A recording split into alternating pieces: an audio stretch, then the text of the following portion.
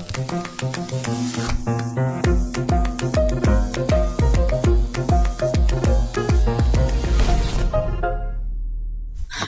Eibarko Aldatze ikastetxeko DBH bateko ikasleak gara eta aldaketa klimatikoa azalduko dizuegu 5 esperimentutan.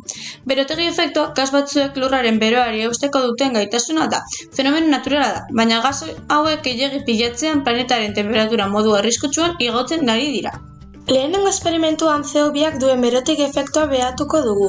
Horretarako bi pot erabili ditugu, batean CO2 eta bestean O2 jarri dugu, karbono dioxidoak atmosferan beroari nola eusten dion ikusten. Jarraituz, bigarren esperimentuan gas horrek guretan duen eragina sakondu dugu. Ontzi batean ura jarri adierazle bat erabili dugu bere pH-a eta azidotasun maila neurtzeko. Ondoren, lastotze batekin gure arnasa bota dugu barruan indarrez. Ur arnasako CO2a urarekin nahaztean erreakzio kimiko bat sortzen da eta ura azidotu egiten dela ikusi dugu. Hau da, pH-a jaitsi egiten da gas hori sartzean. Itsasoko izakietan duen eragina irudikatu dugu arrautza bat ozpinietan sartzean. Ikusi dugu nola azidoak oskola desegiten duen. Prozesu bera gertatzen ari da ozeanoetan moluskoen oskolekin. Itsasmailaren igoera ikertu dugu. Plastilinazko glaziar bat eta uretan flotatzen ari den izeberga alderatu ditugu. Konturatu gara mendiko izotza urtzean soilik igotzen dela ontziko ur maila.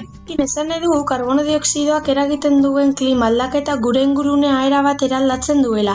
Airea berotuz, urak azidotuz, fauna kaltetuz eta itsas maila igoz. Koloreen garrantzia aztertu dugu, bi izotz zati jarri dugu, bat tapa beltz baten gainean eta bestea zuri baten gainean. Beltzak argia eta beroa zurgatzen duenez, izotzak askoz lehenago urtu da, kolore txuria argia islatzen duelako. Horregatik poloak urtzean eta gainazal zuria txikitu egiten da, gainazal iluna agerian utziz, lurra gehiago berotzen da. Murriztu CO2 isuria garraiobidea publikora erabiz.